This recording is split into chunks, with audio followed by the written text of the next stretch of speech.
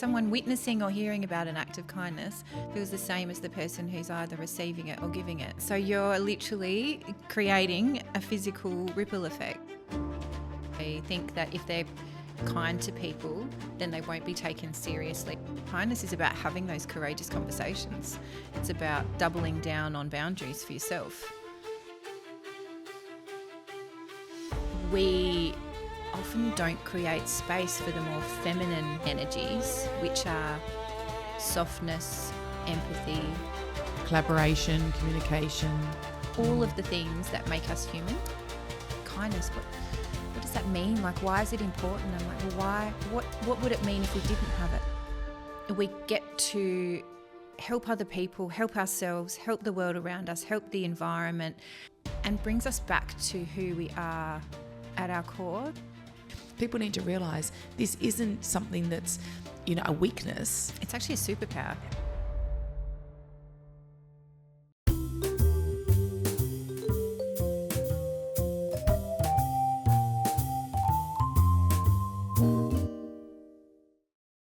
Welcome everyone to the Reconnect Self podcast, the show that helps you ultimately rediscover what brings you joy. My name is Scott. I am your host and a filmmaker, and as always, I'm here with my wife Tracy, who is a counsellor of 20 years, a qualified breathwork instructor, and certified psychedelic-assisted therapist. Hello, babe. Hi. How are you? I'm chatty and good. Yeah, I haven't been able to shut you up. We've been going for about 20 minutes without the record button on because you're here with one of our favourite guests. So, first ever returning guest, so we can officially call her a friend of the show. I thought you are the first one to come. Thought that yesterday. Okay, so you've seen the title, you know who it is. It's Sophie Bretag, because last time I called you Bretag, which is very posh. I'm actually, but I have embraced that. So when I want to be super posh, I'm Sophie Bretag. You're like the bucket or the bouquet. Yes, like it's that so version true. of. That's so true. Sophie is an author, award-winning keynote speaker, and executive HR consultant. She's the founder of Meta Leaders, a kindness-led leadership and wellbeing consultancy with nearly 2 decades of experience working across small businesses, complex public sector environments, and global organizations. Her new book, which is, if you're watching, I'm holding it up, The Kind Way, the life-changing metric for leadership, success, and the human spirit. It's not out now, is it? It's coming out very soon. Well, actually, by the time this show is released, it will be out, I'm pretty sure. You got one of the special early ones. Yes, and signed, so thank you for that. Yeah, we did get a nice personalised message. Today's show's all about self-kindness. We'll talk about some of the concepts you talked about in your book, but I guess the first question is, the last time you're on the show, you were writing it. Now it's ready to be released. How are you feeling? A combination of excited, proud, and really nervous. Yeah, that makes sense. Because it's the journey of putting everything on paper for public assessment. Yeah. And I think that it's all well and good when we have these ideas in our head and we may have tested them in life, but then to put them physically in a book that people can then pick up and read and make comment on. Yeah, give your feedback. Yes. There's a little bit of me that goes, so, I'm 99% proud and excited, 1% a bit Terrifying. Yeah. absolutely. Yeah. White knuckling it. Yeah. And can we just say what Soph's title is in terms of what you call yourself in your business? Chief Kindness Officer. I love that because I don't think I've ever seen that anywhere. And I just think that is such a beautiful title of you going, this is exactly what I'm putting out into the world. Yeah, that's such an interesting transition though to get to that point, because it wasn't me that suggested it. It was one of my beautiful friends, and she said, Soph, I really feel like this is what you do. And I'm like, I can't call myself that. That's a bit strange, isn't it? What is a Chief Kindness Officer? And she said, it's absolutely what you do. So shout out to my beautiful friend Alice. Oh, I love that she gave you that. She did. She was absolutely amazing. And I'm like, okay, I'm going to take it. I'm going to run with it, and I'm going to own it. And I have. I think that's beautiful. I think that's just, it sums you up. And you're quite big on vulnerability. So you're putting a book out there. You'd probably be feeling a little bit vulnerable. Just a tad. Yeah, look, there's a piece about, you know, when leaders can't walk their talk, how they feel, it feels a little bit disingenuous. And I am such a believer that I couldn't put anything in my book that I hadn't lived and gone through myself, because there's just so much more depth when you know that someone has that lived experience and they've actually gone through what they're talking about, but then they put the rigor and the learning behind it. Hopefully that can be more impactful than someone just theorising about a particular topic. Definitely, I agree. Yeah. So there's a vulnerability there, but we did talk before the show, so Sophie, as we said, was on episode 30. So if you haven't listened to that and you want to go get Sophie's story, go back and listen. But we do want to give it a very brief, because you just mentioned, like, you have lived experience, like you've gone through a lot of hard stuff. Let's give the abridged notes version. and that sounds flippant, because you've been through some pretty tough stuff. Yeah. But sharing the things that you have shared, like I got so much feedback about your episode. Oh, that's so cool. Yeah, because one of my clients specifically messaged me after that, and she'd been in HR during COVID, and so she really related to a lot of what you're saying. And then I think the other people that commented to me was around that isolation that people feel in HR, where you're knowing lots of things about people, but you can't get support for yourself because of confidentiality and things. So I think you really named a lot of things that people didn't actually realise they were struggling with. You just put the words to it, and they really related to that. So I think that first episode really helped a lot of people. That's so kind to say. You hope that if you can resonate with one person that's listening, hopefully there's something that, in something for people. I think there's a power in sharing your personal experience. Absolutely. And that's what I try and do. And did that on we're just back. We'll talk about this at the end, but we're just back from the Reconnect to Self retreat. This is excited. Our first record since then, so we'll tell you a little bit about that later in the show. But why don't we start with burnout? Is probably a key word, a good word to describe what you went through. And this was around COVID. So you were working in the aged care industry. Yes. In HR. Yes. Everyone was relying on you. I mean, COVID and aged care is just, horrifying. Everybody, we don't even have to go into detail. Everyone knows what was going on. Yeah. When did you realise you were burnt out? Too late. And I laugh, but because it's the honest truth. Like, honestly, I had no idea that I was being the person that I was being from the way in which I was showing up, not just at work, but at home with my family and my loved ones. And so for me, I had to break before I knew. And I don't know who the famous person is, an Oprah or something, said when you know better, you do better. Yeah. So I think we learn things through those moments, and certainly I will never let myself get to that point again. But unless you know in the moment and you're aware of what's happening to yourself and your body before it gets to the point where you're breaking, you often don't know. Yeah. And what did breaking look like for you? Not sleeping very well, like really, really bad sleeping pattern. Probably eating a lot of random food that I wouldn't eat, like lots of sugary food and fatty food. Probably running off the sugar. Yeah, it was strange. I was in this overdrive feeling where I couldn't. It was adrenaline, obviously, going through. Not able to stop thinking, so overthinking, ruminating, thinking that, and it sounds really strange to say it as an HR person, but to give some context around the role, I was a standalone HR manager with 120 staff, 80 residents, and there were about 56 I think, independent living units. And so there was nobody else to support the humans within the organisation who were all working 24-hour shifts, who were all dealing with not only the residents at the end of the care, but the family members who were really struggling with not being able to see their family members. And so there was this joke, Sophie, you should get a ticket machine outside your office because you've got so many people waiting to come and talk to you. So there was this massive pressure of how do I stabilise the workforce as best as I possibly can?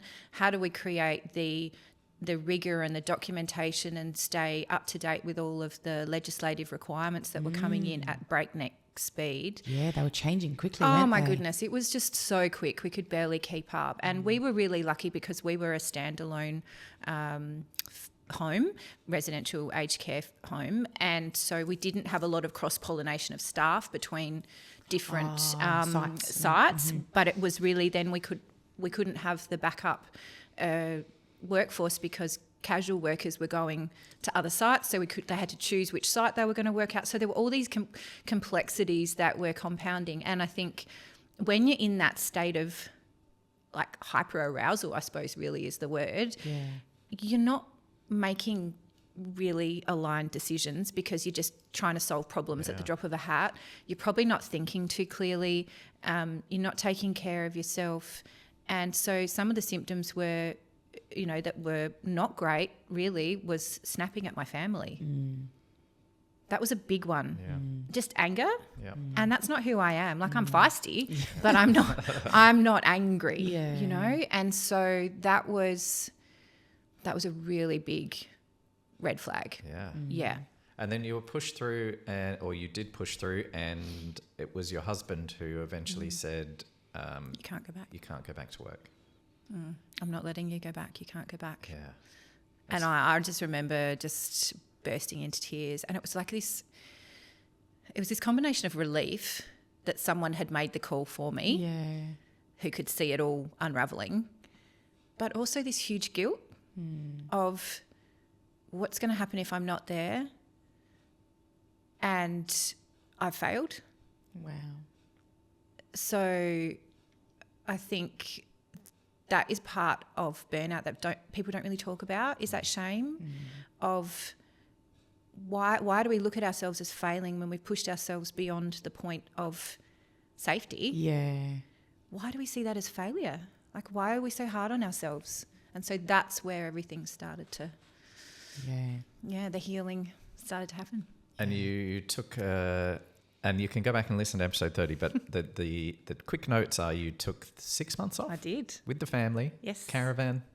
No, not in that that bit. was That was different. caravan that was was different. later. Oh, Yeah, right, yeah. okay. So there's a lot that happens in our lives, Scott. Yeah. But no, I just did 6 months of nothing. And I that's literally where you had to repair. introduced, or you started the whole self-kindness journey. That's how where it started. Yep, Started your business, didn't you? in started that my time? business. Yeah, absolutely. So I was like, I'm going to. So you weren't really relaxing. No. But I was not. I was not tied to doing anything for anyone except. You could be inspired to do that compared to feeling like I've got to Correct. keep on top of something. Yes, And 100%. Yeah. Wow. And then sort of got it back to a point where you felt happy again, and then you got diagnosed with cancer. Indeed. Wow. Good times. And I can joke about it now. Honestly, it does sound like I'm being super flippant, and honestly, it is a very serious topic. But I just think I'm not making fun of the journey. What I am is knowing that I'm safely through the other side of it, and I can see the gifts that it provided, not only to me but to my family as well. So in 2024, 2 years next week, actually, I was in surgery for head and neck cancer. We had just been travelling in a caravan for 3.5 months prior to that. We took our kids out of school and long story short, we travelled from Cairns back down to Adelaide, and in that time noticed, a lump on my tongue. And because, again, spaciousness, consciousness, alignment, intuition, followed and listened, all of that, I went and got it checked, and it came back, the biopsy came back as cancer. Because it wasn't a big lump, was It's it? tiny. It was really small. Which most people would have ignored probably. And that's why head and neck cancer, it's really interesting because I'm an anomaly for head and neck cancer, but head and neck cancer is not very well known about. And the reason it's not well known about is because often when people are diagnosed, they often have to have really, really invasive surgery or they don't survive it because it is so severely aggressive. So I am so lucky that I listened to this annoying lump that was rubbing against my tongue, and it would have been the size. People ask me the size, probably the size. You know those pins that have the round bauble that's what I on was the thinking in top. my head.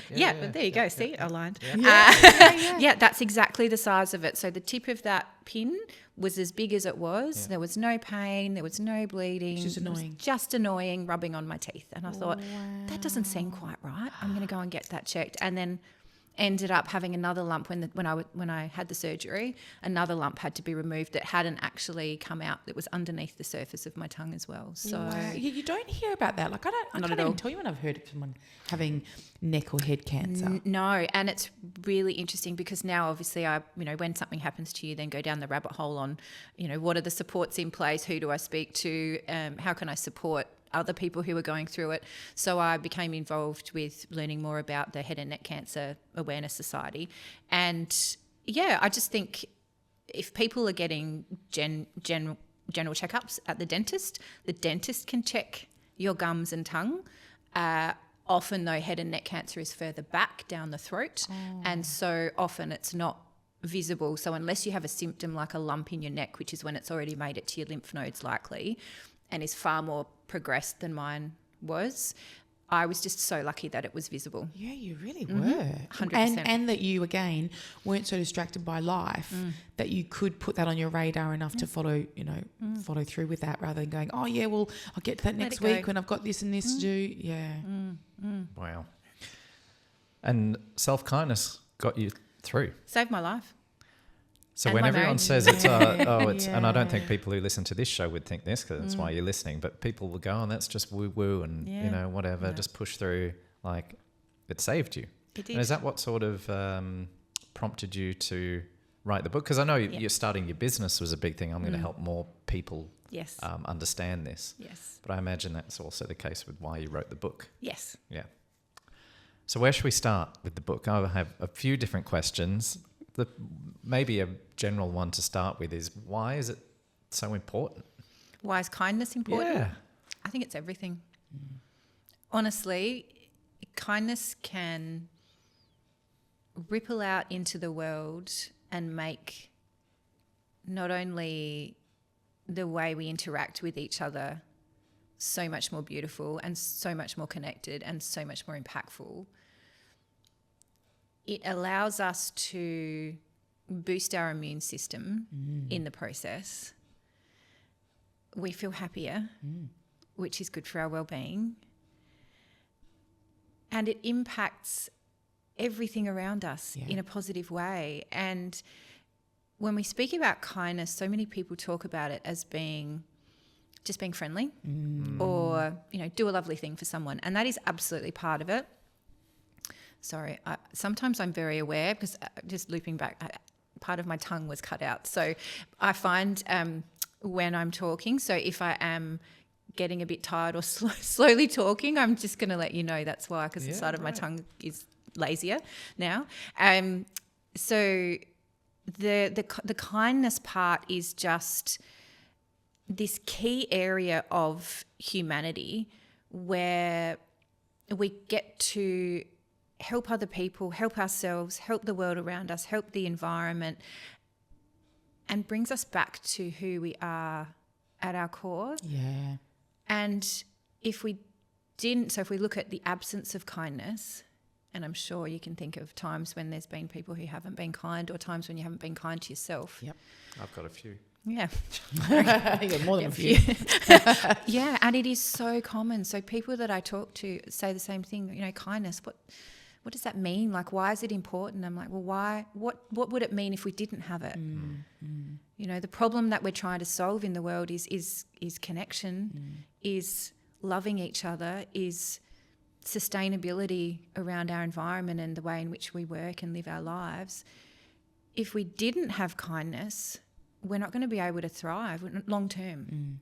I see kindness in my language as being coming from your heart. That's how I would see it if I was saying it to someone, that if I'm making a decision, it's coming from my heart, it's not coming from my head. Like there's certain things I do with my clients where I probably know that from my association perspective that maybe they might think, don't do that or whatever. But I'm like, no, if I'm coming from my heart, I'm going to choose the behaviours and the actions and the interactions that I think is appropriate or needed based on my heart, not on my head. That is such a resonant, beautiful way to look at it as well, because heart leadership, what do they say? Soft front, strong back. I didn't know that, but yeah. Yeah, so lead from the front, but have the strength to carry that forward. Yeah. And I love that, because there is a beautiful piece that is often missing in interactions, one-on-one interactions with people, or in workplaces, or just in the everyday, where the heart is missing. Yeah. And I think it's just so important. And I think one thing popped into my mind about that. I had a client once where, well, actually there's two. There was one that had a really, really tough time when we were in Bali one time. It was a couple and they were going through a really stressful time around a pregnancy, and they'd had a loss prior to that. So, those things going on. And then another time I think it was the same holiday, I had a client where she actually stopped a suicide. Like, she'd seen something happening and, intervened and got that person some support, and that person survived and, went on. I think she saw them like maybe a couple of weeks later. Like, she just accidentally sort of saw them and they were well and they were with their kids. You know what? I'm going to stop you there though. It wasn't an accident though. That's true. Yeah. That's everything's aligned. Everything's And so she was a bit rattled. And I remember being on this holiday, and I said to Scott, because they'd both reached out to me, and I said to him, you know what? I'm chilling on this holiday, and I feel pretty fine. And I think I'm just going to offer them both, an appointment. And because for me, it didn't feel like a big deal. So I know people might say, oh, your boundaries and da. But I was like, no, this is an anomaly. This isn't like a normal situation. So I gave them both a session, and it just didn't feel right to charge them for the situation. Like, especially for the one that was stopping a suicide. I thought, no, you've gone and helped someone, and I want that ripple effect to be that you're not out of pocket for, that support. That was just me coming from my heart compared to my head that might go, oh, well, you can't give away all your sessions and you're on holidays. But I just ignore all that, because I would much rather come from my heart than have any of that, what someone else might do. Like, I'm going to just do what I think is appropriate, even if, you might have thought, why are you having a session on the holiday, or why, like Scott might have thought that. But I know what the situation was, and I'm just going to do that based on my heart rather than on... Don't you think that's a beautiful way to live? Yes, and I would hope that someone else would do that for me. And in fact, when I hear of either my clients or my friends where there's been another practitioner, whether it's medical, whether it's therapist or whatever, going out of the way for people that I care about, I'm always so appreciative of that. So I want to be part of that world as well. Yeah. And what goes around comes around. I'm such a firm believer in that. I think what you give out, you get back tenfold, and it might not arrive straight away, or you might not know the impact that you've had, and then something will happen down the line and you go, oh. I mean, it's like the Uber driver this morning. Yeah, we were chatting. This is why we're chatting for so long before we started. Don't get Sophie and I chatting. No. If it wasn't for Scott, we'd still be chatting in the podcast, wouldn't we? Oh, yeah, we would not have started. We would never have got it. We'd still be not recording. He had to remind us we're going for lunch after this, so we had to say, hold it for that. Yes. So back to your book. Well, I was going to say, we were quickly talking about kind of, what comes around goes around, or pay it forward. And we have a really lovely example in our life from the retreat. So I can share that, right? Yes. Right. So we run the Reconnect to Self retreat, and somebody who came on that last year got so much out of it, is very comfortable with money. Yeah. Ever since that person has been on the retreat, she now pays for someone to come on every future one. Oh my gosh, I love this. And the breathworks. We do breathwork events too, and she's paid for people to come to the breathwork. Look at the impact that you've both had. Yeah. That one person's changed moment or weekend, it's probably more at the moment. Yeah. And now that person is impacting multiple people with kindness. Yeah. And Tracy gets to choose who it is. Yeah, so she doesn't even have any say. She's like, no, whoever you think would be, the most beneficial, and they couldn't, afford to do that without that. So that's so beautiful. And, even when I tell people about that, again, it's spreading that energy. It is. Because people even say to me, oh, my God, I can't believe someone would do that. That is so lovely. It is. And she is lovely. I think that even people hearing these nice things, it's that ripple effect. Yeah, it is. And it's science. So someone witnessing or hearing about an act of kindness feels the same as the person who's either receiving it or giving it.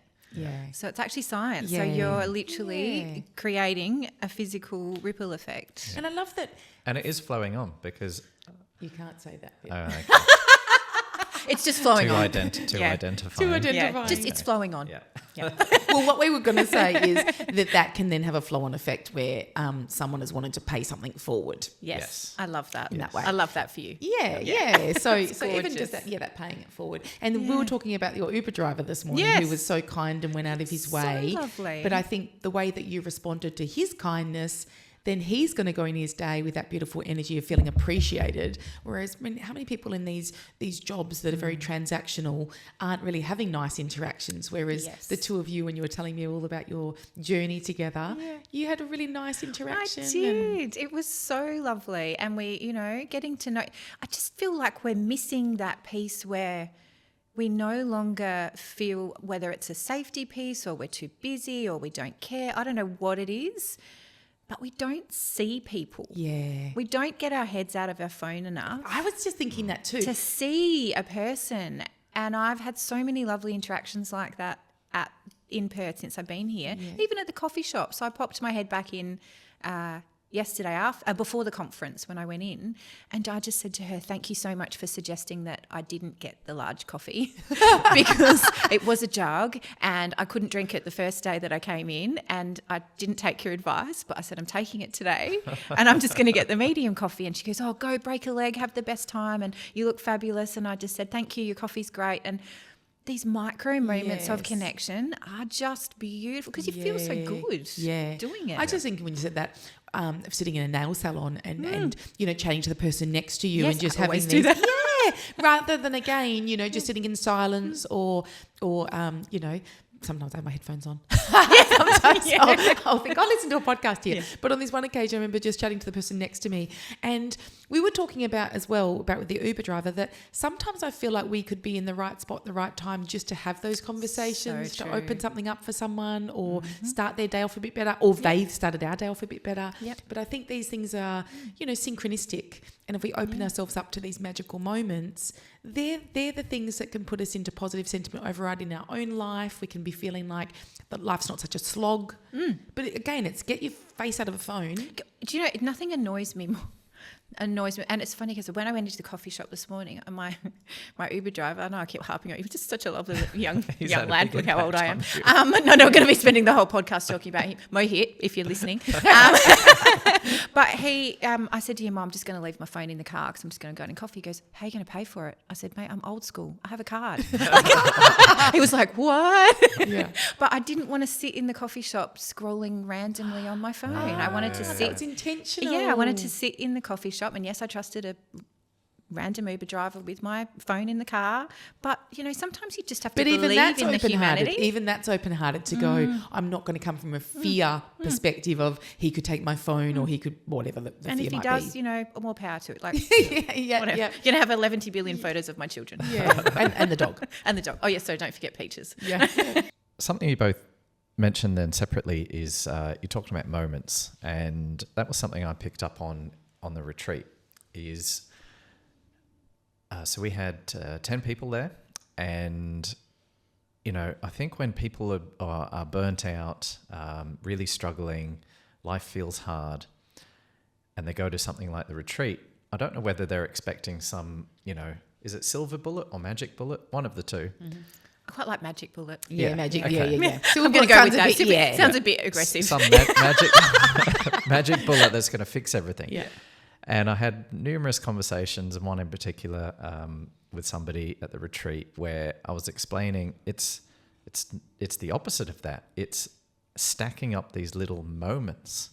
And if you stack up enough of them during the day, then you're going to, like you said, you're in positive sentiment override. You're feeling good. Like life has a more bright outlook than if you're focusing on all the negative things. And it can be the tiny little things like the little interaction with the driver or the coffee shop, the taste of the coffee, whatever it is. The big one that we push on the retreat, which I'm very happy that the WhatsApp group's popping off with photos of people with their bare feet on the ground. I know you're a big one for this. Well, I have no shoes. I currently literally have no shoes on right now as well. Barefoot. Couldn't wait to get her shoes off when she got in the house. Can I take my shoes off? And so, we're getting lots of selfies of people's feet. But it's just little moments. And then you put enough of those together and all of a sudden you're taking care of yourself. Yeah. You're a more whole human. Yeah. So I think that was really cool to see the penny dropping for people when we were doing that. Now, one of the first things in your book is myths about kindness. It's page 6 if you want to have a look. Yes, I'm gonna. These one I prepared earlier. Nice. And I thought these were interesting because it's sort of, I didn't really think about these until I read them. But myth number 1 is kindness makes you weak. And I guess people I would agree with think that. People do, because I think they're a pushover. Yeah. They think they're going to take advantage. Mm-hmm. Kindness and niceness. Yeah. So they think that if they're kind to people, then they won't be taken seriously or less likely to be taken seriously. And in a world that moves at such a fast pace and in a lot of organisations that are built very much in the masculine energy. So I'm not talking about man or male or female. I'm talking about masculine energy, which you would know a lot about, where it's the get stuff done, action, achieve. We often don't create space for the more feminine, traditional feminine energies, which are softness, empathy, collaboration, communication, all of the things that make us human. Yeah.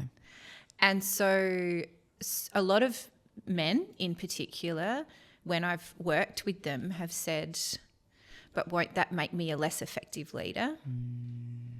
No, it actually makes you a more wonderful one and a more impactful one, because people will realise you're human.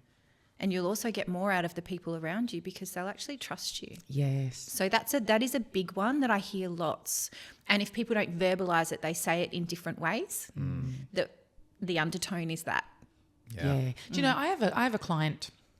He actually did come on the retreat, and he is the most beautiful manager. Like when we talk through certain scenarios and situations, he's so people focused that the reason he's telling me these things is because he might be explaining that a manager above him is not valuing the people, and he's going to bat for that person and pushing, for whatever they need, deserve, should have. He sounds amazing. Yes, he is amazing. He definitely is amazing. And so I always give him all that feedback because I'm like, that's needed. Yes. Those people absolutely need you, and you're reminding that organisation about what the power is, and the power is the people, not the outcome of the work, because they're going to get that outcome of that work so much more efficient if they're feeling supported. 100%. People will go above and beyond if they feel cared about, if they feel valued. Whereas if you feel like you're a number, and if people are having a management style that is very in the masculine and not got those softer skills, people don't feel cared about, and then they might just feel like, oh, I'm going to get my job done and then be out of here. But if you really value that boss, like I've got people where they want to quit their jobs and they go, oh, but I love my boss so much. I just don't want to leave them in the lurch, or I don't want to. So they will go above and beyond. So people need to realise this isn't something that's a weakness. No. It's actually a superpower. I agree 1,000%. Yep. Yeah. Well, it ties into the vulnerability. Like think about when did we start in the workforce? 20-something? Don't tell Aaron. I think I've already given it away by paying my card. He says my name and my age all the time. Yeah. He has no problem with that. Yeah. Do you know what? It's Older a privilege than- privilege to That's age. So right. that's You're what older than me at the moment. Oh, he likes to mention that too. We are the same birth year, but yes, I'm a few months older. 48 at the love moment. I'm this. 47. See what he does? See what he does? I love this. We're all there is no judgment. We're all in our 40s, and we're on the. And I think what a great decade. Do you know the 40s are the is. best? I was talking to someone yesterday at the conference, and I said, "Oh, because I'm shameless." I'm like, "How old are you?" Because I don't care about talking about my own age. I'm super blunt, and some people don't like that. But she said, "Oh, and it was like this, and she already knew how old I was because I said I'm 46. Yeah. And she's like, oh, I'm about to turn 40. And I'm like, that's amazing. Yeah. I said, your 40s, you are going to hit your straps. I said, the 40s have been the best. Yeah. And my best friend who's 53, she won't mind me saying that, she said 50s are even better. I've heard that about 50s too. Yeah. I heard people have more confidence in who they are. They just don't They care give as less much. F's about what people think of them. Yeah. So I think that's a good place to be. Yeah. If you can maintain your health. That's the big one. True, because there's a lot of responsibilities in the middle-age part where you've got children often you've got the household you're running, your work, and then you may have aging parents as well. And so then there's that kind of piece. And then you in might there. have hormonal changes. Don't even get me started. I was listening to your podcast the other day and I was like, oh my gosh, I'm feeling this perimenopause deeply. Yeah. I should give that a shout out to Natasha. Do. I'm feeling much more stable since all my things have taken effect. So I definitely encourage people to go and get their levels looked at, because there's heaps that you can do. And I don't think we've had any fights for quite a while now. You've actually been amazing. Quite lovely. Yeah. I mean, you're not shy to tell me. It's so funny. I said, I know this is not about perimenopause, but why not digress? So my husband the other day, I lost it at the kids because I was so tired. I'd been running around people all day. I'd worked all day, and then the kids, one of my youngest ran off on me and didn't listen when I asked him to stop. I got so upset, and then I got home. We had a big family chat about it. My husband supported me, bless him. And then later, the next morning, that's right, I'd had a good sleep. And I woke up and I said, I think I might have overreacted. And he goes, look, honey, I didn't want to say anything. And best you didn't. Yes, you didn't. Really strong choice. But he said, but maybe it's I love it, maybe it's the perimenopause. And I said, maybe. It could well be. So it is really, sometimes you don't even realise when you're in the moment what is. You could tell him that you can just call him Perry. Yeah. Do you think it's Perry? I've called it peri chicken, or like the spicy paws. Yeah. Anyway, so nothing to do. But there's self-kindness in that, yeah, though. there is. Yeah, I feel for him I've had to navigate those conversations in the past. It's like, in a Hollywood movie where there's a guy trying to defuse the bomb and he's sweating and he doesn't know which wire to cut. Because one wire One will detonate. One will detonate and one will calm it all down. Absolutely. Which one is it? Yeah. I know. Tread very carefully. Yeah, Yes. choose your words very Yes, carefully. or just walk away and go, yes, honey. Yep, I like that one support you. too. Yeah. Do you want to do any more of these myths? Or there's four of Sure, them? I think, why not? What Sorry, do we you digressed, choose? didn't we? Dealer's choice. Which one do you want to do next? Look, I like the myth too, only because it talks about that ties in really strongly to boundaries. So myth 2, you can read. Do you want me to read it out? You can read it. I'll read it. Kindness lets people off the hook. No, it doesn't. Actually, kindness is about having those courageous conversations. It's about doubling down on boundaries for yourself. Do you know what I was just thinking when you said that? I think if you're also having those conversations but you're doing it in a kind way, means that the person can't wriggle out of it. Because if you come at them aggressively or, dysregulated, that's what's going to be the problem in that interaction. So then they're not even addressing whatever has brought you to that conversation in the first place. So being kind means they just have to acknowledge it. So I think, being clear, what does Brené Brown say? Clear is kind. So and the same if I look at it from an HR perspective, if you're having a conversation in a workplace with someone, how can you expect a person to succeed? Firstly, if they don't know what's expected of them. Secondly, if it's not clearly outlined in a position description or in regular conversations. Thirdly, if you're not the kind of person that's going to be having constant check-ins with your team, within reason, how can you expect the person to know what they're doing? And then if you come at them with it from a dysregulated place, that's doing nobody any favours, because, when we hire people, we don't hire them because we think, oh, one day we might fire them. We hire them because we think you're amazing, you're a great fit, we want you to thrive. Yeah. So why aren't we setting people up with those clear, kind expectations, boundaries and conversations so that they, not everyone's going to thrive and not everyone's going to stay, but hopefully while they're working with you and for you, they're going to be doing the best they can because they understand what's expected. I think it's really important. Yeah. I think that's a huge one with expectations. I mean, I talk about that just in general with relationships, that if you don't know what's expected, or if you don't agree with what's expected of you, then also if you don't deliver, there'll be a fall down in one of those areas that's going to cause conflict. And I have lots of clients where they might not even feel like they can clarify expectations because they think, oh, I don't even know what she's asking for. Or I'll just say yes, yes, yes. And then that can lead to more problems, because if you think you know what you're meant to do, but you don't really know what you're meant to do, you're just going to go out and do anything you think that you can do to keep the person happy. Yeah. And then the person's likely to be unhappy because you haven't clarified. So I am that really annoying person when I have conversations with people, and I'll say to them, I'm just going to say back to you what you've just said to me to make sure I've got it correct.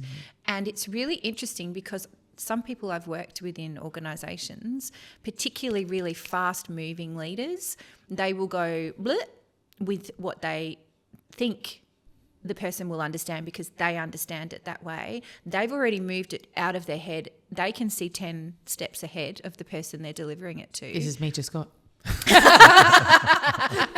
Look, I may have a little side of that in myself as well, so I'm not going to judge anyone. But what I do in those moments is I say, can you just, I think my favourite one is cool your jets turbo. Can you just slow the conversation down a little bit? And I just want to clarify, you're telling me this and then you're expecting this. Is that correct? And I think that when we're talking about letting people off the hook, if you've got a leader who you struggle to understand their communication style and you feel confused after you have a conversation with them, and that happens quite regularly because not everybody communicates the same way, but having that I guess it's a bit of bravery, but having that alignment in yourself to say, look, for me to be able to do the best job I can possibly do for you, I really need to understand what you're asking. Is this correct? Yeah. This is what I understand. Is that what you require of me? Did you hear that, Scott? I was literally thinking we need a chief kindness officer in our business. Because you've just described so a little peek behind the curtain. Obviously, Tracy and I are running this thing together, right? And the way our roles play out is Tracy's a really good entrepreneur. She's a really good big picture thinker. Yeah. I am a very good doer, but I'm also very creative, right? And so Tracy will have these big visions. She'll throw them at me at any time of the day. That's true. Do you know why? Because she's been thinking about them all night. Yeah. Yes. And for days, And probably. her preference and so is- she's already formed it in her mind. So she's just delivering her that preference vision. is around 9:30, 10 o'clock at No, I'm night. asleep at that time. I'm asleep. But I will give it to you that it will be at night time. Yeah, it'll be at Because in the night day I'm busy. I've got clients, I've got the kids. It's usually after she's been swinging in a hammock. She's had time to start thinking. Processing I'm loving stuff. this dynamic Yeah. so much. Yeah, and I might have done a meditation or a breath work where the insights drop in. Yeah, I was about to say, things just drop one. you channeling. Because then it'll be like just a monologue at me for, I don't know, until I tell her to stop. Or he says to me, write it down. He always says to me, write it down. So then, maybe a day or two later, there'll be a follow-up, like, what's going on with this? And I'm like, what do you mean? She's played it out in her head. Everything's She's already mapped happened. it out. You're already done and on it. I'm the muggins who The has to lackey that figure it gets out, figure out how to do all this stuff. Yeah. And that's where we actually genuinely do have communication breakdowns. Where But you can see how that could. Sorry, to right. You can see how that could happen though, because in your mind, you're like, well, why can't you see what I'm seeing? Like everything is so clear. Yes. I'm going to give you an example. So when we renovated our home, because my husband and I are a little bit similar, as you guys, he is really good at spatially designing houses and spaces and how to build it and put it together in his head. Me, I don't see in 4D or whatever he sees. It's We're the same same, as us, Soph. yeah. It's unbelievable. It is so, and I just go, how does your brain work? Yeah, I can't visualize. And he goes, can't you see it? I'm like, no. He goes, right, I'll draw it. And then he gets really frustrated and he's like, I don't understand how you can't see this. And I'm like, it doesn't make any sense to me. I said, when it's together, I'll make it pretty. Yeah. And he literally will build it and I go, I see what you mean now. But the brain working so differently and big picture thinkers, the people who are entrepreneurial, who are able to, like the blue sky thinking, the people that can do that find it very hard to slow down enough for other people to catch up with them. Oh, there you go, Scott. And so, no, truly, because my hubby's the same. He'll go, I don't know what you're talking about, so I'm just going to nod and I'm sure you'll tell me again when I haven't done it. So he's It's exactly the same as me. Yeah. literally. Yeah. So he's very, very similar. And he's also very logical. I'm not. I'll just create the thing and I go, why can't this possibly be, created? And he goes, no, this because of this and this and this and this. So no details over here. But the fascinating thing about working with leaders who are like that is they often really frustrate their teams because the teams go, because they're usually high achieving, they've got high expectations, they're doing really well, and they expect their team to almost understand them by osmosis. Yes, that's what I feel I'm doing to you. You do that to me. Yeah, because it's almost like the disconnect of, why can't you see what I'm seeing? I don't understand, and I don't have time to go into the detail. I just need you to get it done. Yeah. And that's when the breakdown can happen where, and we've digressed off the, letting people off the hook, but it's more, sorry, I don't really know how we got here, but it's more around if you are clear and then you're aware that the people around you may not process things as quickly as you or may not think in the same way, then hopefully less of that disconnect will happen. Yeah. But leaders are the ones I've worked with. There's one in particular I'm thinking of, and they are so high achieving and they are so fast and they can get things done like at superhuman speed, but then can't understand why the people around them can't keep up. Yeah. Actually, you get things done at superhuman speed. Your probably brain thinks about it at superhuman speed. Then, thinking and designing. Then Scotty over here has to get it done. You're like, but what are the details? What are the bits that are missing? I need a dot to dot. Yeah, he does. He does. Oh, that's hilarious. So digressed from there, but anyway. No, that's okay. I was going to take us on another tangent. Sure. Are you going to say what the other myths Do were? it. Do you want to just name them? Yeah. Oh, so number 3, kindness slows down performance.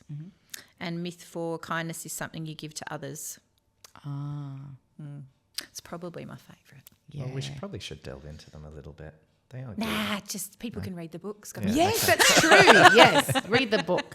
Yeah. I wanted to talk about that hugely ironic story that pops up sort of towards the beginning of the book. And I can basically set the scene and you can give us a little bit more detail. But essentially there's this person who is in a big corporate meeting and it's all about work-life balance, and her son is texting her going, "Can you come to the soccer match tonight?" She does not go because she's busy working on the work-life balance because she's in HR or whatever. Tell us a little bit more about that story because it is so ironic. It's ridiculous. Yeah. And do you know what? And I think, sadly, there's probably a lot of people that will resonate with it, because what is work-life balance? And I guess I love having this type of conversation around, I don't think there's no one size fits all. There is a prioritising based on values, and then there is a piece around an awareness of how what you're doing is then impacting other parts of your life.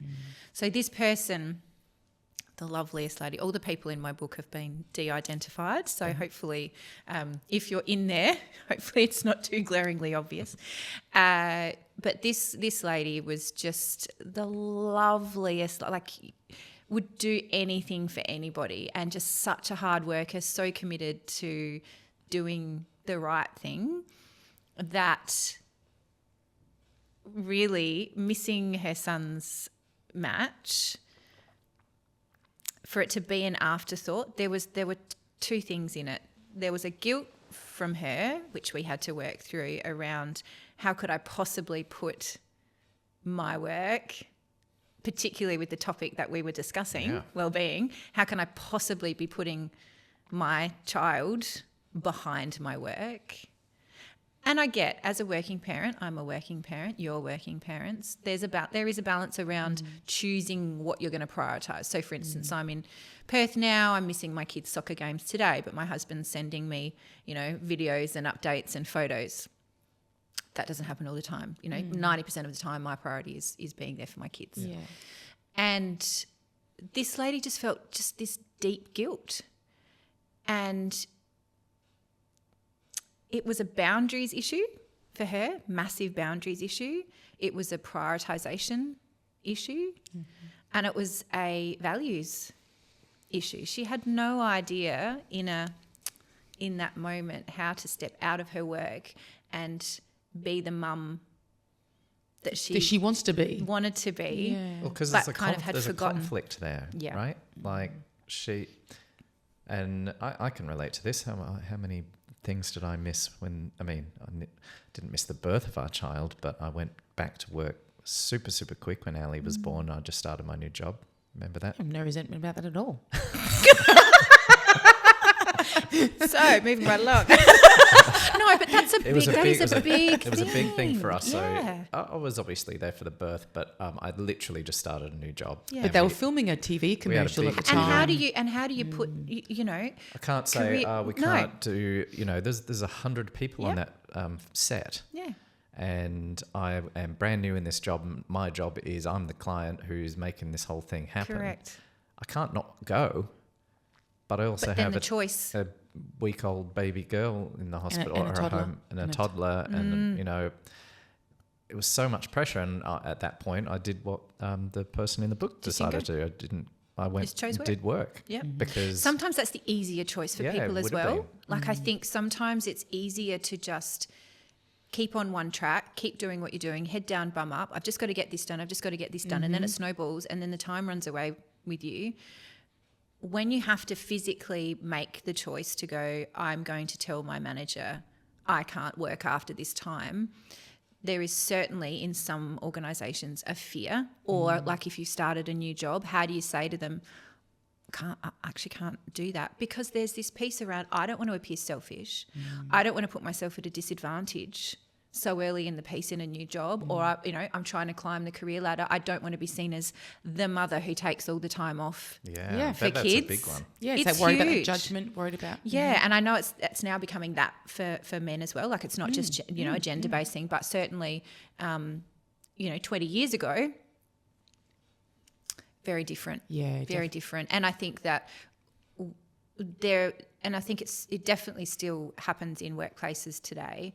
And it's why I chose to do consulting, because I don't want to be tied to a desk Monday to Friday with my half-hour break. And there are jobs that physically need that, but I have chosen to work, and I'm really lucky, but I have also worked really hard to create and curate the life that aligns with my values, that gives me time with my family, that gives me purpose and meaning and mattering in my work and then impact.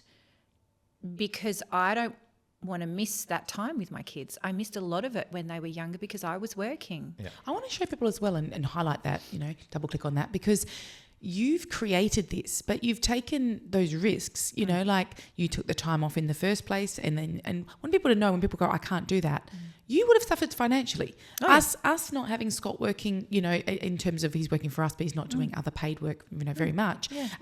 Yes, that impacts financially, but we value what we're creating and what what aligns for us, in the same way that you were going, right, well, I want to create that flexibility. I want to create that job that I'm really passionate about. So sometimes it does take, I always say people, it's like an arrow, you draw back a little bit before you go forward again. But people just need to know that that's a choice we make, and they can make it too.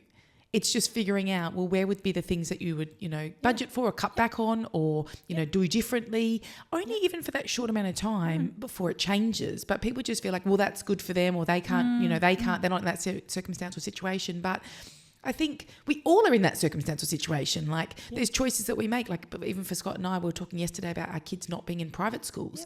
We absolutely could have our kids in private schools, but that would cut down on other choices. Holidays. Him being able to, not be working full time. I would not be doing this. I was joking yesterday about not 3 kids in private school. Yeah, I was joking yesterday. I paid for the school fees and the swimming lessons, and I said, oh gosh, that was less than what some people pay for a book, at a private school or a blazer, or I'm feeling that pain quite deeply, because our eldest child has gone from public primary to private high school. Yep. And then now has private electric guitar lessons, and doing the, state athletics. And then there's uniforms. I was like, ooh, this hurts a little bit more. I wasn't. And then he had bands put on at the same time, like braces. And I was like, oh, wow, there's a lot going on getting into the teen years. But you're so right. It is an intentional choice. Yeah. And it's what you value. So for us, as much as we do value education, I always said in the very beginning that if my kids struggled, it'd be cheaper for me to get them a tutor and work on that exact area that they're struggling with than putting them in a school where maybe academically they might be a little bit more supported, because I was more worried about the social side of things, and all of the friends that my kids had were going to public schools. And so I was choosing mental health and those connections over the academic. And we've both said that we're very lucky that our kids don't struggle academically. They're just lazy. But you're not listening, kids. I don't know. Tommy, you better listen to that. You're editing this. You know for sure, buddy. But really, I mean, we could drive that, but again, we don't value that either. Like, we're going to go, you know, I want them to be kids. They'll find their feet, you know. Yeah, I want them to be kids and enjoy their teenage years. Like, we're adults for such a long period of time that if I'm not driving them to do the extra study and the extra whatever, that's just not my value. So I think it's just really getting clear on what you value will drive those decisions in your life and where you're going to put your time, energy and your resources. So again, it's not an accident or luck that you ended up where you did. You really made some intentional decisions and very curated. So even when we were planning to move to far north Queensland, we planned that my husband would take a leave of absence so that his work continuity wouldn't be impacted. You know, he didn't resign. Yep. We travelled in a caravan for 3.5 months. He took long service leave so that neither of us had to work, so we were there for the kids. You know, there's and you know, yes, luck. I don't know, my husband's been in the job for 20 years, so he's accrued long service leave. You get to make the choices, you know, things will happen to us. There's no changing that life will happen to us that is completely outside our control, like illness or like, you know, death or whatever. Yeah. But it's the way in which you take those moments and those experiences and learn from them and then decide, right, what matters to me most now and what is likely to matter most to me going forward, and what does that look like? What are the steps that I can take? And I always, you know, it's such a good point bringing that up, because I do actually have people say, oh, you're so lucky to do what you do. I work really hard to make sure that the balance is right. I still work in HR consulting as my main work. I do other work on the side. I wrote a book in the, you know, wee hours of the morning. So, yeah. We just said about you birthed this book, and it book is. Baby. Yeah. Yeah, Sophie said it was a book baby and she had some labour pains. Major labour pains.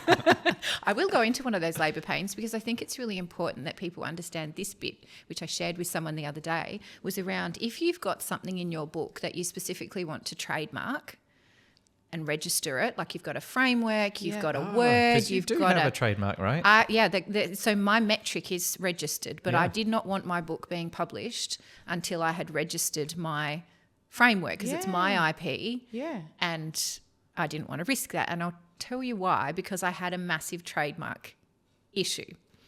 So when I'd written my draft, I was about to start pitching to publishers. I thought, I'm going to contact an IP lawyer, because you can go and register your own trademark. I had no idea. This has been such a steep learning curve. Yeah. That's why I'm sharing this, because some people might not even be aware of it, like I wasn't.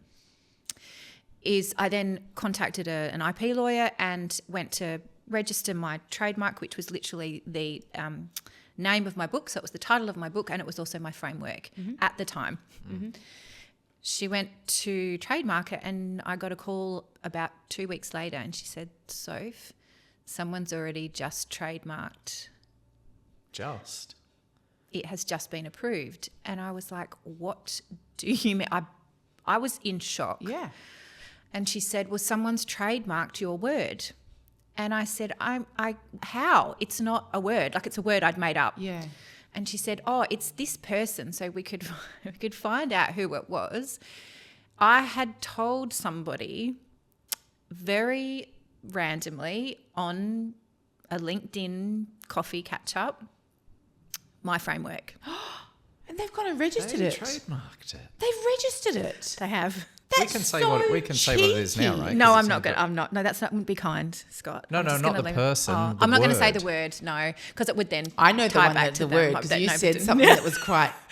Oh, so it's not the one in the book. It's not. So right. It's not what is now in the book. Oh, okay, maybe I don't know. So now you would know this one. So this one's definitely registered. Yeah. We don't have to say the other one. Sorry, I thought it was the one that's in this no, the one is in the book is fine. Okay. But that's why I'm sharing this, because I could have argued my case to say this was mine. You had the original idea. And I just said to her, you know what?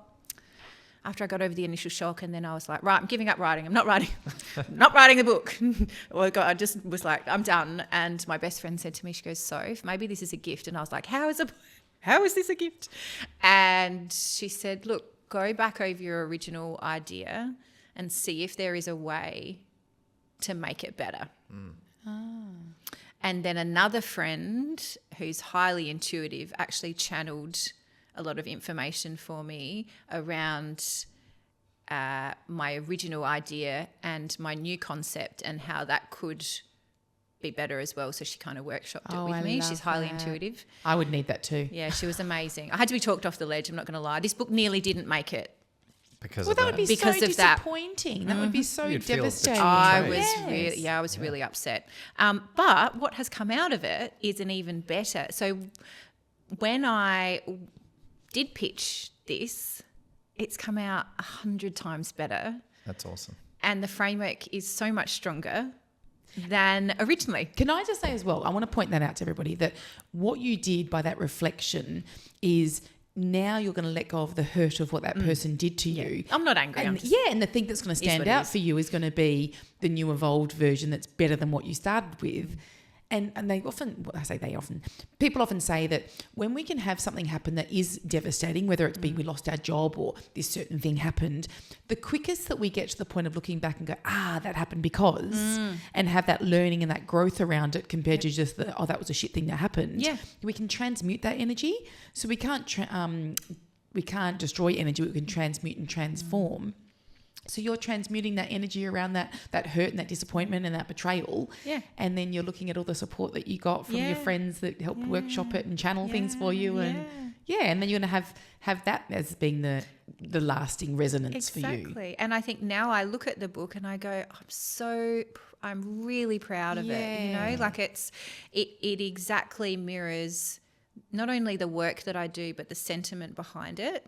And I think now I can really honestly say that the metric that's within it will be super useful because I've used it, I've tested it, not only with others but with my own life as well. And I thank you to that person who did that. It sounds really strange for me to say that because I was really hurt at the time, but for anyone, that's the advice is for anyone wanting to trademark anything, the process can take 9 to 12 months before you physically get the registration. And the TM next to a word, it just shows your intention, not that it's actually registered. Yeah, right. So people can still use it And be careful if they who you wanted tell. to. That's the other Yeah. other advice. Make sure it's a trustworthy. Note to self. So when I was doing this bit, I told no one. Yeah. So I think it is, the new one is Kind Human Quotient. Correct. Yeah, that's your trademark. So we'll talk about that in a sec, but I have something similar, nothing to do with trademark, but when we were starting our breathworks that we do where I DJ and Tracy does the breathwork. I love that, by the way. Oh, thank you. I can't. Yeah, that's fabulous. There's a new one, everybody. The volume 4 dropped on YouTube 2 days ago, and it is by far my favorite breathwork out of any breathwork I've ever done by anybody. I've done a lot. We've done a lot of other shit ones. I'm so proud of this one. I do it all the time, and I think it's the perfect level of oxygenating that's a hard word to say, oxygenating your cells, because I come out of that and I can feel it. And a lot of breathworks don't make me feel it. So go check it out. So just stopping there though, is it energizing or is it relaxing? What is both. it? It's a bit of So both, it which is what I love about it. throughout Yeah. it, but by the end you'll be really, really relaxed. I'll do that this afternoon when I go back to my hotel. That's a nice idea. After lunch. Tell us what you think. I will. Can I also just come back to what No, you I need to finish my story. Oh. What does it call your jets, Terry? Right. And then you can come back. All right. So when we first came up with this concept where I'm DJing, what are we going to call it? That's right. I was cutting you off. I really liked the name Breathwork Beats. Ooh, I like that too. Yeah, it's a cool name. Yeah. And so I got quite attached. That's what I was calling it in my head as we were doing it. And then, because you start thinking it grabs a life of its own, doesn't it? When you name it. yes. Yeah. I don't like it too much because that's not what we called it. Okay. I'm sure the new iteration is amazing. Well, because I was like, right, this is what I'm calling it, blah, blah, blah. And that was for weeks and weeks that was in my head. And then I thought, I better actually Google this. And there is tons of breathwork beats. Like there's a breathworkbeats.com. There's a YouTube channel called Breathwork Beats. So it became very apparent I cannot use that name. No. And then I got really disappointed because I was so attached to it. Yes. And then it took me ages, and this is why I really like AI. Like I use AI to brainstorm. Yep, so I was like, really clever. here's some of the ideas that I've got, and I think I actually did come up with this name, which is Breathe Deep. And the reason it's called Breathe Deep is because it's deep house music. Yes. And then I actually put in there, if you could choose, what do you like about breathwork beats versus breathe deep? No, breathe deep's more synchronous, isn't it? It's way better It's deeper. now. Yes, you want to be breathing It deeply. is. It's more grounding too. Like even the word. Yes, is like I think so. deeper. Yeah. So, but it took me a while to get to that point, and then once I'd finally went, it's actually better, which is kind of sounds like what you've got to. It's it's a lovely feeling. It really is. And to be honest, my title was going to be the Kind Human Quotient, but my publisher, who is wise and knowledgeable and amazing, said to me, Soph, who is going to pick up your book that has a metric on the front of it? And I said, I don't know, because I'm a big nerd and go into the depths of, everything. And she said, I think we should call it this, the kind way. And I was like, oh my gosh, I'm like, is it too simple? She goes, no, because she said you can have the metric within the book. Yeah. And I think when you do have that attachment to a particular thing, sometimes it's really hard to actually rearrange your thoughts and your heart around that. Yeah. But then what comes out of it is something even more amazing. Yeah. I love that. Breathe deep. You're trademarking that. So Well, I might now. I would, because told everybody. I've trademarked Kind Human, Yeah, and my IP lawyer said, she goes, "You're not going to get that." I said, "Yeah, I am." I said, "I've already had my trademarking issue. This is it. This is going through." Yeah. So I got Kind Human Quotient as one, and I got Kind Human, oh wow, which is because she goes, "That's like not a really different word," and I said, "No, and you got it. got it." I'm going to put it out there. Let's get to 100,000 views, and I'll get it. I'll trademark it. Done. Yeah. So what I was going to say was, I love when you said, I'm just so proud of this book, because when you have that pride for yourself, then whatever feedback you get, you can really just let that slide away because you're proud of what that is. And I'll give you my own example. So when we very first started doing the breathwork, so the very, very first one, volume 1, Scott did it all on his own. Like I didn't have any involvement in that. And I won't say who the person was, but someone messaged me privately and said, why is Scott doing that breathwork? He's not a breathwork instructor. He's not done breathwork. They always have an opinion, and it's don't not they? very good. Yeah, and it's not very good. So and I said, look, Did they think they were being helpful? they were doing it in a nice way. So I do were think they, that they though? were being. I do think. But what I was saying to them was, look, I get what you're saying because I'm trained very differently than what he's just put out there. We've got a bit of a different vision about what we're wanting to do. Anyway, so when it came to the next breath work, I had a real decision around: do I send this to this person? And I really had to come back to, because by the second one I really liked it. Like I think what he did was really good, and we've just evolved since then. Yeah. But it was a big step up, I think, from volume 1 to volume 2. It was. And in hindsight, volume 1 was not that good. Scott will put things Did out it need there to be that called out though? Like No. really? No. Yeah, I like agree with you. like Yeah. is it from an intent to help or an intent to judge? Yeah, and so I felt very judged, and I felt very almost embarrassed. Not embarrassed of Scott, but embarrassed that it wasn't at the level of what I was proud of, is what I was getting at. So when level number 2 came out and I did it myself, and I was like, I really like that. I said to myself, would I share this with this person? And I said, well, if they do like it, great, they get where I'm coming from. If they don't like it, they don't see our vision. Yeah. So I really made peace with, they're not going to see our vision if they don't like it, because I'm actually pretty proud of this.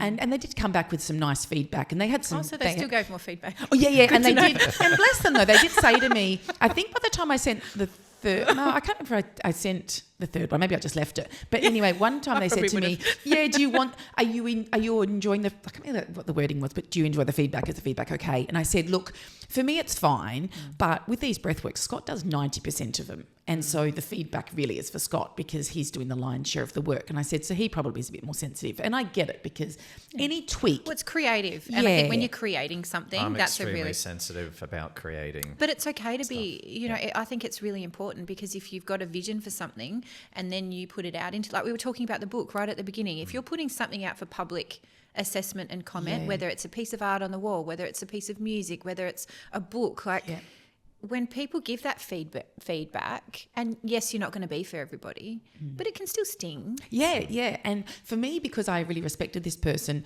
I could see what they were coming from. But by the time that I got to the point where number 3 and definitely number 4, where I'm like, no, I'm really proud of what we're putting out there. And yes, I get that it's not, if I was looking at everything from a technical point of view or for whatever they were looking at in terms of how many breaths before you should hold your breath and what that does and da-da-da-da-da, or did I explain something in the most perfect way. Like, there's always going to be things that you can tweak and change, but we're getting to the point of going, we're not going to agonize over every little thing, or you'd put nothing out. Well, this is the thing. What is it? Done is better than perfect. Yeah, it's got. And I've had to learn. I know, and I've had to learn that over the years, because even this book, when I read it back, I was like, oh, there's things that I would change. Yeah. And then I was like, I can't do that. Yeah. It's done. Yes. And I think there's an opportunity then for next time. Yes. And I do something different next time. And it's standing behind that version of Soph that was feeling like that was complete. Yeah. And now you've evolved and changed and grown even further, that you've got some more insights that you're like, I would change that or tweak that or do that differently. Yeah. Hence with the breath works, we've evolved so much, even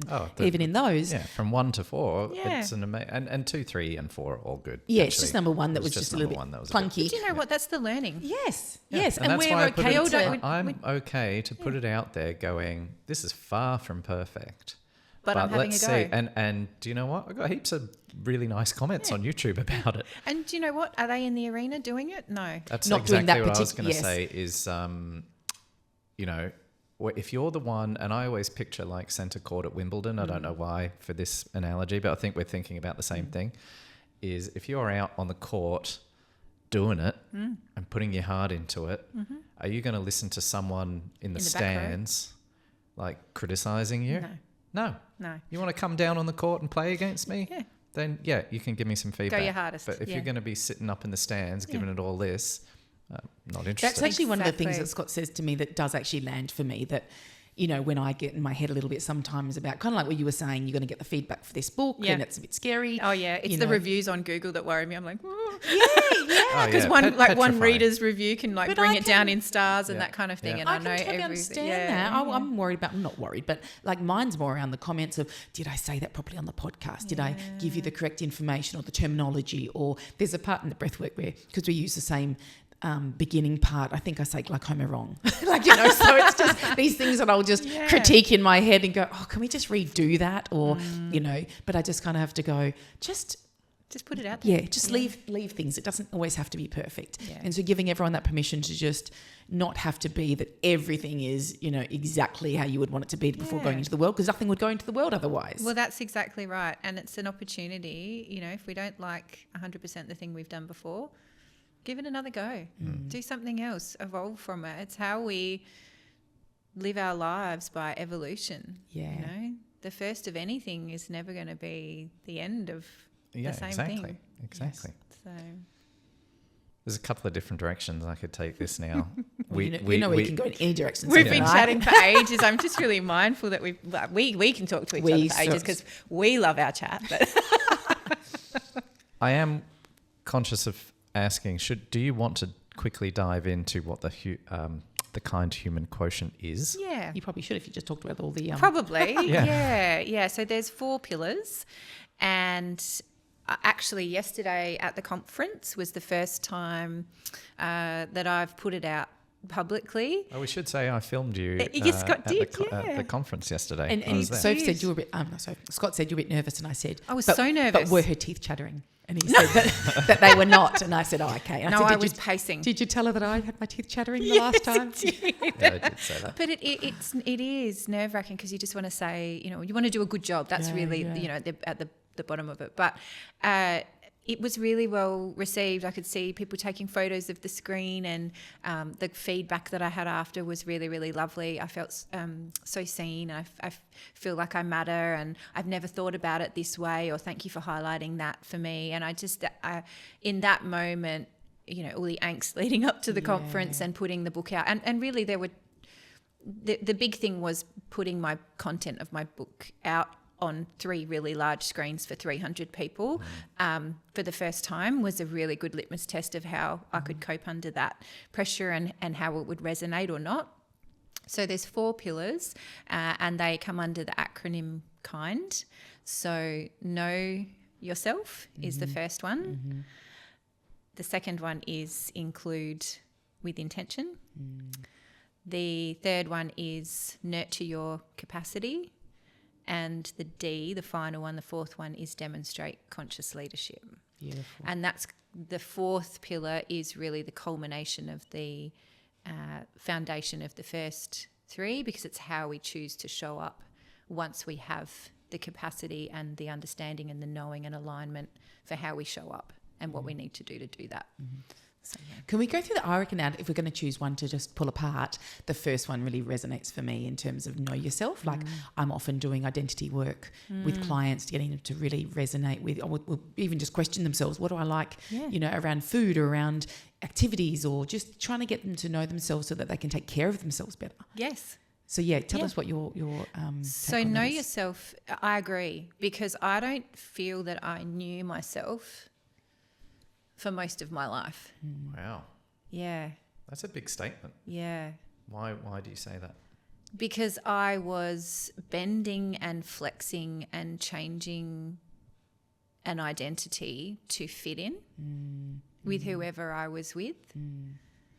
And I hadn't really found my niche of what work I wanted to do until I was 30, which was HR.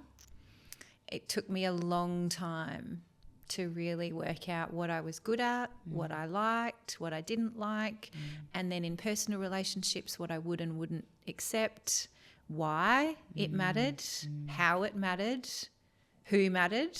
But to me, as you're saying that, I'm thinking that's you learning that through checking in with yourself. And it's people don't check in with themselves. They're not in these situations going, how did I feel just then? Or did that feel okay? Or did I not really like that? Or even knowing how you make decisions or knowing just more about yourself, and how you learn. Yeah. Like for me personally, I learn through stories, which is why I'm a storyteller. I always tell stories because I learn that way. But I've got a friend where if she's getting some information, she'll say, is that written down? Can you hand that to me? And she'll want to read it. So even just knowing yourself in basic ways like that, you can support yourself in your learning or in your work or, how you relate to people, just knowing what you need. Like if you know that when you get put in the spot, you normally say yes, even knowing that and then having a delayed tactic to go, that's what I'm going to say from now on, rather than being put on the spot. Yep. Like, so knowing that you have that tendency to just agree to everything. Absolutely. And I love that there's that reflection piece around knowing yourself, because it's not just knowing yourself, it's creating the space to be able to sit with yourself, and particularly parts of yourself you may not like or you may not be proud of or you might not even be aware of until it comes up or someone says something. Oh, yes. That gave me an example. So Scott and I, another peek behind the curtain. So when we're love these peeks. It feels not awkward at all over here as a third person in the room. So when we do our breathwork creations, so we'll sit together, and Scott likes to do things on his own creatively, and obviously with breathwork we can't really do that. We're doing it together, and I can be a brat. I'm sure you're not. So I have this, No, she is. So I have this process where I get really frustrated. I think I know what I'm doing. It starts off, I think I know what I'm doing. Then there'll be the first block where it's not working for whatever reason, and I'll get frustrated. And then I feel like I'm blocked in my head. So I've realised that my process is I have the idea, I get stuck, I get blocked, I get frustrated with myself, and that's where Brady Tracy comes out. Anyway, so last time this happened, Scott said to me, you do this all the time. Every time we go to sit here and do this recording, you have this same thing. Like, you need to really look at, why you do that and whatever else. Yeah. And he really brought me back to myself, and I said, I know why I do it. He goes, do you? I said, yes. He goes, well, why is it? And I said, I always do this. I said, I remember back at uni, I'd go to start an assignment and I'd have a tantrum. I would feel like I don't understand what I'm doing. I would have this little meltdown, and then I'd have to stop regroup, break it all down, and then I'd be fine. But I always had that tantrum.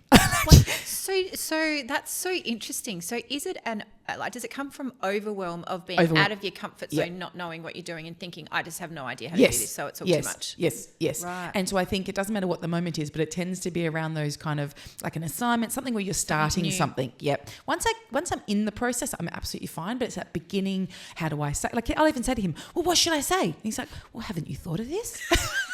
Unbelievable. That's because in the background you've already thought of all the things, but she's already big picture thinking.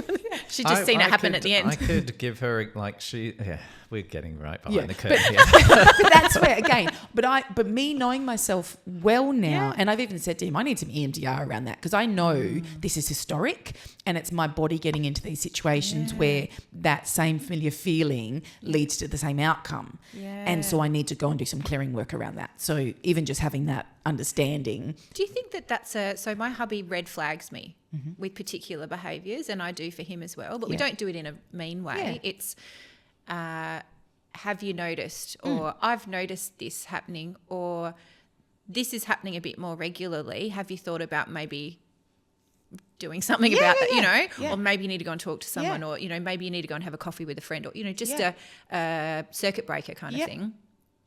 But I think if we don't, and we're never going to know ourselves 100%, but I think the better we know ourselves, the better, and I'm going to say better, but it's in the more aligned and the more, I'm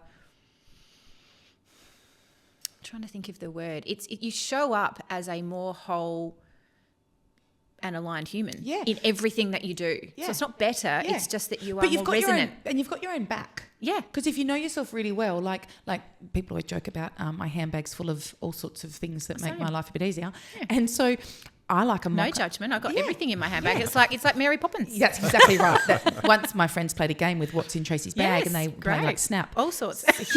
But it's me knowing myself well enough to go, I know that if I go out and get a coffee and if it's a bit bitter, I don't want to put sugar in it or, make it a mocha because I make it too strong. But if I have chocolate powder in my bag, I can just add a little bit of chocolate. Yep. So people think that that's hilarious that I do that. But I know myself well enough to know how to take care of myself. And also that's a reducing a stress response as well, because if you're out and there's something that you need and you haven't got it, not that you need to take everything but the kitchen sink in your handbag, but if there are things that you know about yourself that you're going to, you put yourself in a particular situation, whether that's at work or, personally, if it's going to turn out, if you know yourself well enough that something's going to really annoy you and you're going to turn out some kind of behaviour that's going to be inappropriate or unreasonable, what are some of the stop gaps you can do beforehand by knowing yourself well enough that you've got a buffer before those moments actually occur? Yeah. And it's being able to accept those parts of yourselves that aren't pretty, that aren't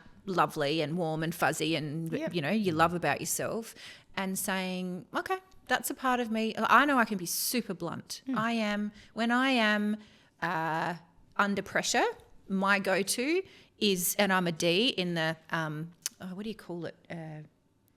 It's not HBDI. It's the DISC analysis of your personality. I'm a strong dominant personality under pressure. I'm an influencer as a secondary, and I've got an adapted influencer. So I strengthen the I and reduce the dominant when I'm in the workplace, because influence gets me further. But that's a learned behaviour on how I can know myself to the point where I know I'm super direct with people. That can really kind of come across a bit harsh sometimes, and it's not that I mean it that way, it's just that I'm seeing it, so I say it. Yeah. And so I have had to adapt my behaviour and the way I show up to make sure that I am more influential in the way that I show up and that I come across as a better human. Yeah. So I think that know yourself piece, whether it's in relationships, whether it's in, and certainly my husband and I work on that as well, whether it's with your children, whether it's at work, everything good can come from knowing yourself better, I think. Yeah. It is the foundation for showing up as a more whole human. I 1,000% agree. Yep. Good place to wrap up. Yeah, he knows. He knows. Well, we have Soph been and I going could for a long easily time. take that off into 5 different directions. Yeah. Do you know what the funny thing is? I have no idea what to call this episode. We covered a lot of topics. So know yourself? Yeah, okay. Good idea. Yeah. Okay. Beautiful. Right. Oh, why kindness matters? Whatever. Yeah, I'm happy to go with the flow, there's 2 people. good ideas. Yeah. The book is called The Kind Way. by Sophie Bretag. Or Bretag. She's not whichever you fancy prefer. today. I'm not fussy. It's when this won't come out for a little while. When will So June 30, it's physically in stores. beautiful? So All good bookstores. all Is that good what we say? bookstores, Yeah. anything online. A friend of mine just ordered it in Barnes and Noble in New York. So wow. yeah, she sent me a picture. She's like, I've just ordered your book. So That's very fancy. That is I fancy. felt so fancy, right? Yeah. But I think I've seen the Kind Press. Like, that's a It's worldwide. She's Australian, but Oh. we've got distribution through sorry, my tongue. Yep. Through Simon and Schuster.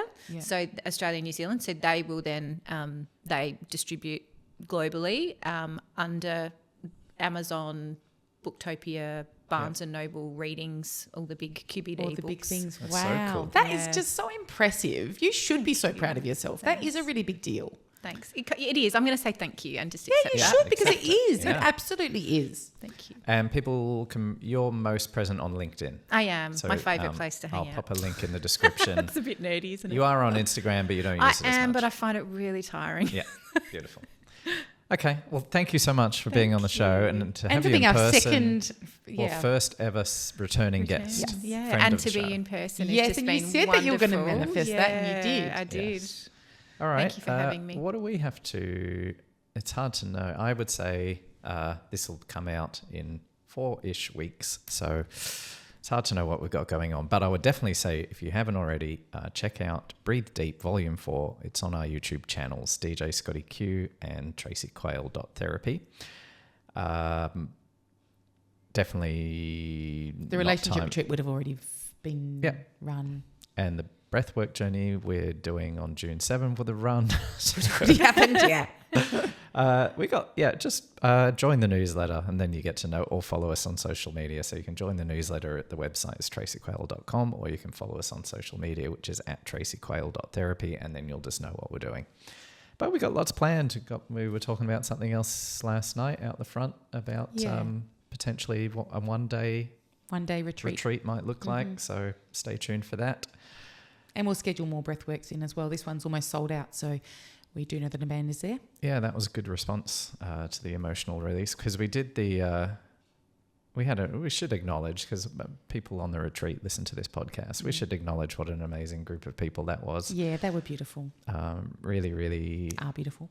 beautiful people, and it was really nice to see the changes. That's the best part about the retreat. And the weather was amazing in that beautiful location, so we were very blessed. Yeah. So well done. Do you want to say all what of one you. person said when they finished the breathwork? Oh, Because yeah. you liked this So- quote. Yeah, it was one of my favourite quotes. So the basically Friday night, a bit of getting to know you. Saturday morning, going to a bit of heavy work with Tracy, and then Saturday afternoon is this big emotional release breath work. So you've been doing all this emotional stuff during the morning, and then you can release it all in the afternoon. There's a couple of skeptic is a harsh word, but there was a couple of people who were like, I'm not sure what this is going to do, if it's going to work for me, that kind of vibe. And it worked for everyone. I mean, Yeah, that everyone was a had good one for amazing releases. And one of these people in particular took her blindfold off. She was the very first person to speak. Yeah. So the whole room is quiet. The music's finished. She takes her eye mask off and goes, "What the fuck was that?" It was like a psychedelic trip for her, was it? Yeah, She's booked she in was for blown June. away. I love that. Yeah. There Yeah. is a piece with that though, breathwork, isn't there? Yeah. Where you just get taken on a journey. She literally Special. said at the dinner table that night, she said that she was meant to come on our last breath work, and she said that, her partner kind of talked her out of it and said, "Oh, why would you go and do that? Just breathing and whatever." So Just she, breathing, I love that, so yeah. she sort of said, "Yeah, that's fair enough." And so she didn't come along. And then at the table she said, "Book me in." Actually, I think first of all she said, "I'd pay $1,000 for that." And I said, "Sold." Done. Yeah, but she was, that's how much she valued it. Like that she dismissed it first of all, Yeah. and then after doing it, she was like, right. And so she's already booked in for June. So Yeah. it can be very, We'll very put- powerful. Enlightening as well. Put Yeah. that quote on the poster. All right, should we go and have lunch? Yes, I'm starving. My stomach's been rumbling. Yeah. I'm like, stay quiet. Yeah, you're on Adelaide time. Yeah. Thank you for listening, everybody. Thanks for your support. Please tell your friends, rate, subscribe, like the video. Appreciate you, and we will see you next time. Bye-bye. Thanks. Bye.